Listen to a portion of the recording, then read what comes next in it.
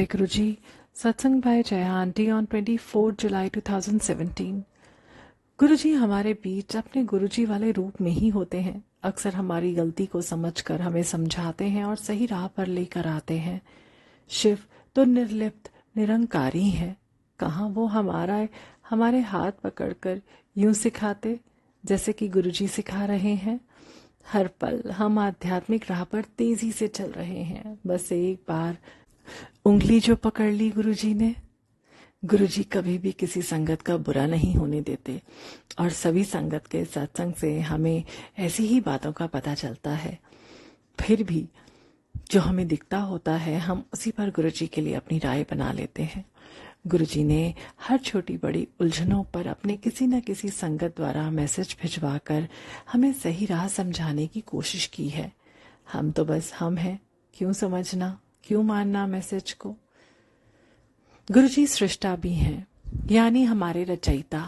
हम एक जन्म में जब माँ या पिता होते हैं तो अपनी हर मुमकिन कोशिश कर अपने बच्चे को सही राह चलाना चाहते हैं ताकि आगे जीवन में उसे खुशी मिले। हमारे सृजनकर्ता भी तो वही कर रहे हैं।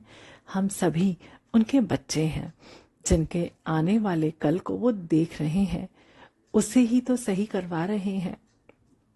हमारा एक बच्चा हो या कई सारे बच्चे हों, माँ पिता कभी भी अपने प्यार को किसी के लिए कम या ज्यादा नहीं करते। ये बात अलग है कि सभी बच्चों को ये प्यार दूसरों के लिए ज्यादा और अपने लिए कम ही लगता है, पर माँ पिता तो प्यार करते हैं सबसे एक बराबर, जो सही समय पर दृष्टिगोचर होता है।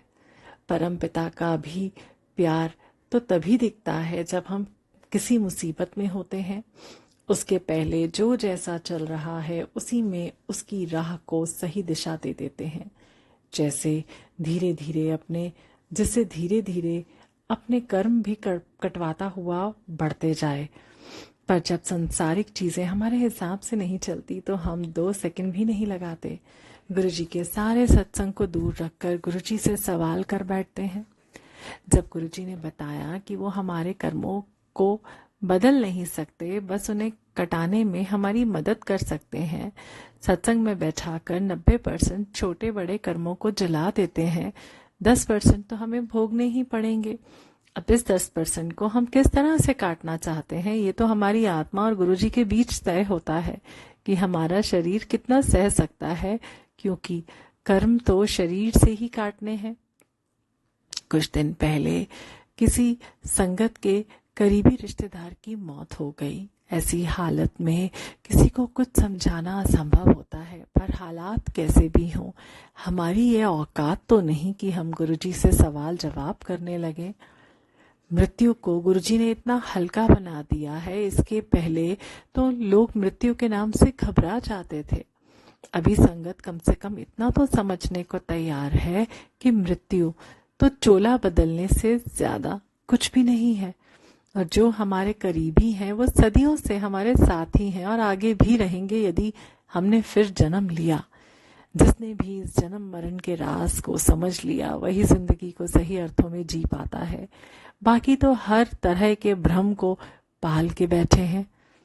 यदि गुरुजी ने किसी को जीवन दान नहीं दिया तो इसी में उसकी भलाई होगी, वरना गुरुजी कर्म कटवाने ही आए हैं और इसके लिए उन्हें जो भी ब्लेस करना होता है वो करते ही हैं।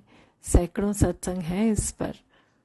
कल सत्संग में एक सवाल पूछा किसी संगत ने, और ऐसे सवाल हम संगत के मन में कई बार आते ही हैं, यहाँ शेयर करती हूँ।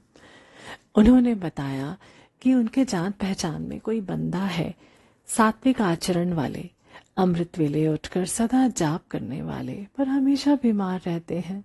कुछ दिन पहले उनके शरीर में कैंसर पाया गया, ऑपरेशन हुआ, ठीक हुए ही थे, फिर से ट्यूमर दिखा। संगत ने उन्हें गुरुजी से जोड़ा। गुरुजी की ब्लेसिंग से अगले परीक्षण में ट्यूमर नहीं दिखा।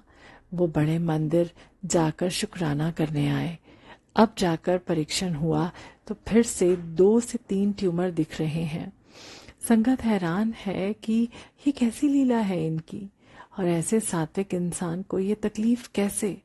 हम भूल जाते हैं कि हम सिर्फ किसी का अभी का जीवन देख रहे हैं, वो भी सिर्फ वो पार्ट जो हमें दिखाया जाता है।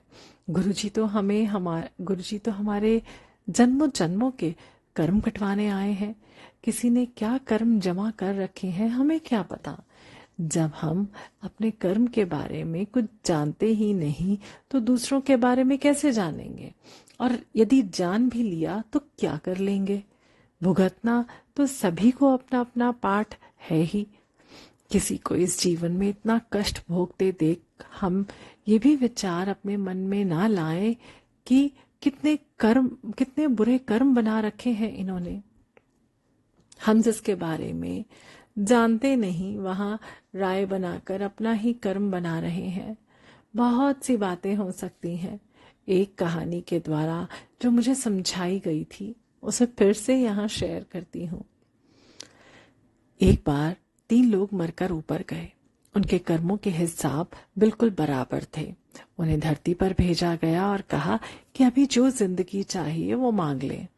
अपना समय खत्म करने के बाद से ही वो फिर से मिल सकते हैं या बात कर सकते हैं। पहले बंदे की जिंदगी बड़े ही खुशहाली में गुजर रही थी, खूब मौज मस्ती ऐशो आराम। दूसरे को की बीच बीच वाली जिंदगी गुजर रही थी, कभी खुशी कभी गम वाली। तीसरे की बिल्कुल हालत खराब। उसके दिन बड़े ही कष्ट में निकल रहे थे। हर तरह की तकलीफ उसके साथ हर पल चल रही थी। तीनों का समय समाप्त हुआ। ऊपर गए तो भगवान के पास पहुंचे। नारद मुनि ने सवाल किया भगवान से कि तीनों के कर्म एक से होने के बावजूद भी तीनों की जिंदगी इतनी ज्यादा अलग कैसे गुजरी। तब भगवान ने उन तीनों की मांग का सबके सामने खुलासा किया। पहले वाले बंदे ने भगवान को कहा था कि ये जन्म तो वो मौज मस्ती में बिताना चाहता है, भले ही कर्म काटने के लिए उसे और 100 जन्म लेने पड़े। दूसरे बंदे ने मांगा कि थोड़ा थोड़ा करके वो अपने कर्म कटवाना चाहता है, इसलिए वो कभी दुख में कभी सुख में था। तीसरे ने कहा था कि अब उसे आगे कोई जन्म नहीं लेना है, उसके जितने भी कर्म हो सभी इसी जीवन में ही कटवा दे, ताकि ये जीवन उसका आखिरी जीवन हो और वो मुक्त हो जाए। भगवान ने कहा कि सभी ने जो मांगा था वही जिया। भगवान ने कभी दखल नहीं दिया और जैसे कर्म बनाए उसके हिसाब से उन्हें फिर से धरती पर भेजा जाएगा। भुगतने तो है ही। ये कहानी हम समझ लें तो ना तो किसी के सुख से हैरान होंगे, ना ही किसी के दुख से विचलित होंगे। हम वही कर रहे हैं जो हमारी आत्मा तय करके आई है। गुरुजी उसे ही पार करने में हमारी मदद कर रहे हैं। गुरुजी सिर्फ दे रहे हैं, हम उन्हें कुछ नहीं दे पा रहे हैं। एक छोटा सा उदाहरण, हम जिस घर में रहते हैं यदि घर सही सलामत है तभी हम चैन से रह सकते हैं। हम इस बड़े व्यापक सृष्टि वाले घर को भूले बैठे हैं। यदि सृष्टि सुचारू रूप से चलेगी तभी तो हम सुरक्षित हैं, नहीं तो कोई भी आपदा आएगी और हम सबको ध्वस्त करके चली जाएगी। इस सृष्टि को संभालने के लिए गुरुजी ने जाप करने को कहा है और सृष्टि को अर्पित करना है, पर हम इंसान कितने बहाने लेकर आ गए। कल तक तो नौकरी नहीं थी हमारे पास, मांगते रहते गुरुजी से। आज गुरुजी ने दे दिया तो कहते हैं कि आप जाप के लिए समय नहीं है, क्योंकि हम नौकरी करते हैं। क्या इंसान बनाया गुरुजी आपने। दुखी होती हूँ पर हैरान नहीं, क्योंकि गुरुजी के पास हमारे कर्मों का लेखा जोखा है। हमारे भाव ऐसे ही रहे होंगे तभी तो आज हम दुख पा रहे हैं। अपनी जिम्मेदारी को हम कब समझेंगे। जिस घर में है उसे ही नहीं बचाया तो कल हम में से कोई नहीं होगा। समय कम है, कितनी बार गुरुजी बता चुके हैं।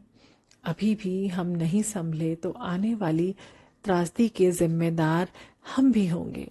बाकियों को हम नहीं जानते, पर महादेव की शरण में आकर यदि हम नहीं बच पा रहे हैं तो ये हमारी मूर्खता ही है। गुरुजी तो हर रूप में हमारा कल्याण ही कर रहे हैं। जय गुरु जी।